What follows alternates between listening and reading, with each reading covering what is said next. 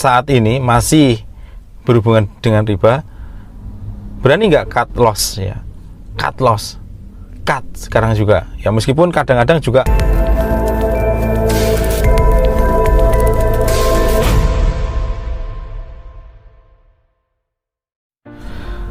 Assalamualaikum warahmatullahi wabarakatuh. Apa kabar sobat Mr. J dimanapun Anda berada? Di video kita kali ini kebetulan saya di dalam mobil dan tadi habis perjalanan dan tiba-tiba saya teringat sebuah pikiran gitu ya, pikiran tentang hidup bebas riba gitu ya. Kenapa saya teringat? Karena saya ingat beberapa waktu yang lalu ada seorang kawan yang menghubungi saya dan dia sudah bertekad untuk tidak bermain riba lagi, dan kebetulan ya dia butuh bantuan akan bisnisnya gitu ya, yang mungkin lagi oleng kayak gitu. Oke, saya tidak mau menyebutkan masalahnya apa gitu ya, karena takutnya mungkin beliau tidak berkenan ya ketika diupload di sini. Tetapi yang harus saya garis bawahi adalah cara benar mindset bebas riba itu seperti apa gitu ya. Jadi saya pribadi pernah bersentuhan dengan yang namanya riba, yaitu sekitar 10 tahun yang lalu ya. Dan saya juga memiliki mindset yang mungkin masih berhubungan dengan riba ya. Misalkan saya masih suka bermain dengan bunga bank ya, masih suka pada waktu itu bermain dengan sistem gade emas ya. Kalau nggak punya uang, gade emas, belikan lagi gade, beli gade ya, skema apapun itu ya, entah kebun emas atau berladang emas atau apapun itu ya, saya pernah melakukan itu. Dan mungkin saya masih suka beli barang-barang yang kalau bisa kredit ya, yang harus pakai bunga, meskipun pakai bunga tetapi bisa ngutang ya. Ya, mindset itu sebenarnya mindset yang tidak benar ya. Ya, itu beberapa waktu yang lalu ya, mungkin sekitar 10 atau 15 tahun yang lalu, 10 sampai 15 tahun yang lalu ya, saya masih belum sadar akan hal itu. Dan saya disadarkan tentang betapa dahsyatnya dosa riba ya, betapa luar biasanya siksa akan dosa riba. Dan disitu diterangkan bagi seorang muslim tentu paham bahwa Allah dan Rasulnya akan memerangi riba ya. Jadi kalau kita masih bermain riba, apakah berarti kita memerangi atau bertentangan dengan Allah dan Rasulnya ya? Oke, mungkin saya tidak akan membahas tentang hal itu karena ya saya bukan ustadz ya, jadi mungkin bukan ranah saya. Tetapi dengan sedikit keilmuan tentang bagaimana cara untuk bebas riba seperti itu, saya akan sharingkan di sini ya. Jadi gini teman-teman, mindset bebas riba itu yang harus diyakini pertama adalah Anda takut dosa dulu ya. Anda yakin bahwa riba itu adalah sesuatu yang melanggar agama, sesuatu yang bagi seorang muslim itu adalah dosa. Saya tidak tahu, saya tidak ada urusan untuk mungkin yang di luar muslim ya, karena mungkin sudah pendapatnya atau pandangannya sudah lain ya. Tapi bagi seorang muslim harus memiliki keyakinan bahwa riba itu siksanya luar biasa di akhirat ya. Ketika yakin akan itu tentu ada perasaan takut ya. Takut apa? Takut mati dalam keadaan masih berhutang riba atau masih bermain riba ya. Jadi takut dulu. Kemudian yang kedua, untuk bebas riba adalah dengan berani hidup sederhana ya. Berani hidup sederhana. Manusia itu butuhnya apa sih? Kebutuhan pokok saja kan, sandang, pangan, papan, sudah cukup ya. Kalau ingin mobil ya, bisa nggak hidup tanpa mobil? Bisa kok ya kan. Atau ingin punya rumah yang mewah, itu sudah bukan kebutuhan basic lagi ya. Atau pingin kebutuhan atau sesuatu yang diinginkan sebenarnya bukan kebutuhannya ya.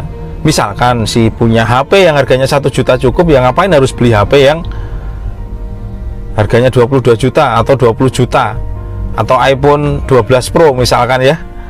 Ya kenapa? Buat apa gitu loh ya. Seperlunya saja ya. Jadi berani hidup sederhana ya. Mindset ini harus ditanamkan ya. dan harus ditanamkan kepada anak-anak kita sejak kecil, berani hidup sederhana. Mindset yang ketiga adalah ya, jangan takut untuk kelihatan miskin ya, tetapi takutlah kalau sebenarnya Anda hanya berpura-pura kaya tetapi miskin ya. Ya kurang lebih seperti itu ya. Ya. Jadi buat apa sih gaya gitu? Kebanyakan orang itu selalu menuruti gaya hidup. Ya, gengsi yang diutamakan. Gaya hidup yang diutamakan. Nah, ini adalah mindset yang keliru menurut saya. Kemudian yang keempat ya, kalau Anda masih berhubungan dengan riba, berani nggak cut loss ya? Cut loss, cut sekarang juga ya, meskipun kadang-kadang juga cut itu bukan berarti 100%, tetapi pelan-pelan ya.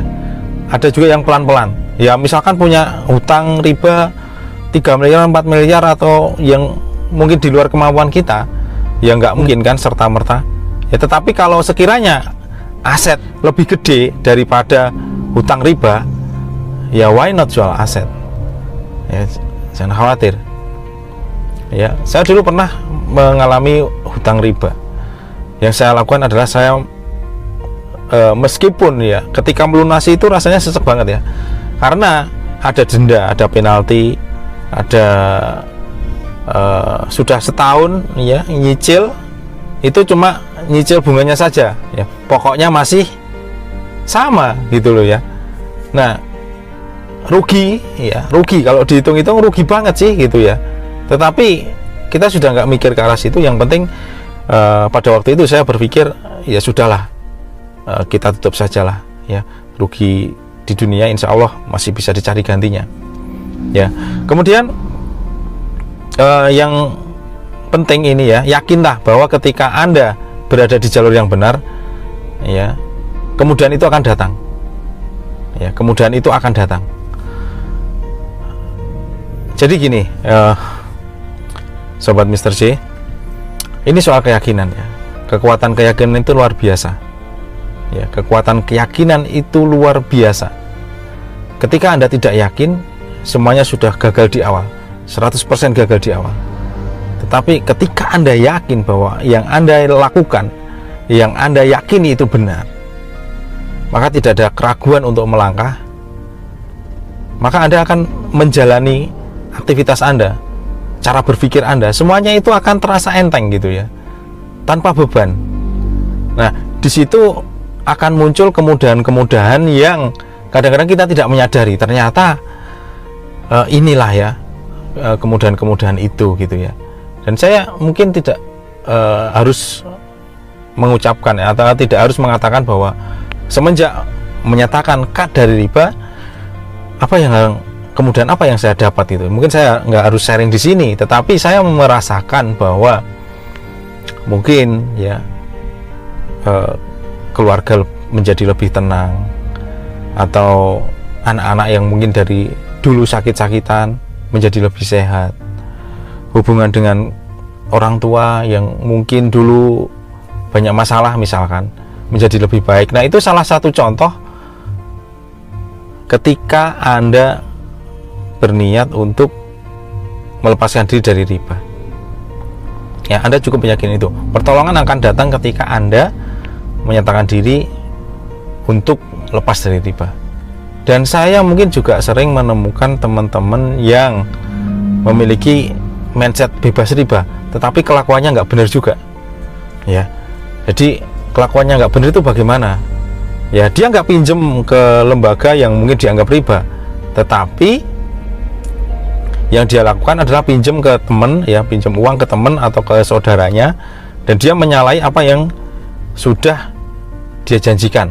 Iya sih bebas riba, tetapi dia dolim ya, dia dolim dengan apa yang menjadi konsekuensinya untuk bebas riba ya. Misalkan Anda hutang kepada saudara Anda berjanji tanggal 10 Anda akan membayarnya ya, meskipun tidak pakai bunga dan tidak ada akad ribawi, tetapi Anda dolim kepada saudara Anda. Ternyata kalau Anda tidak menepati janji Anda, atau tanpa pemberitahuan Anda ngemplang begitu saja, ya kan bebas riba gitu ya. Ya memang bebas riba bebas riba, tetapi itu hal yang tidak benar, ya jangan dilakukan.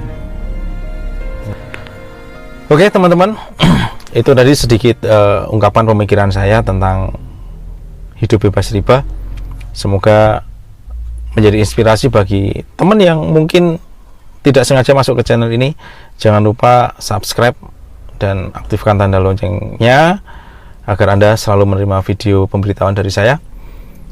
Dan salam bagi dan bermartabat.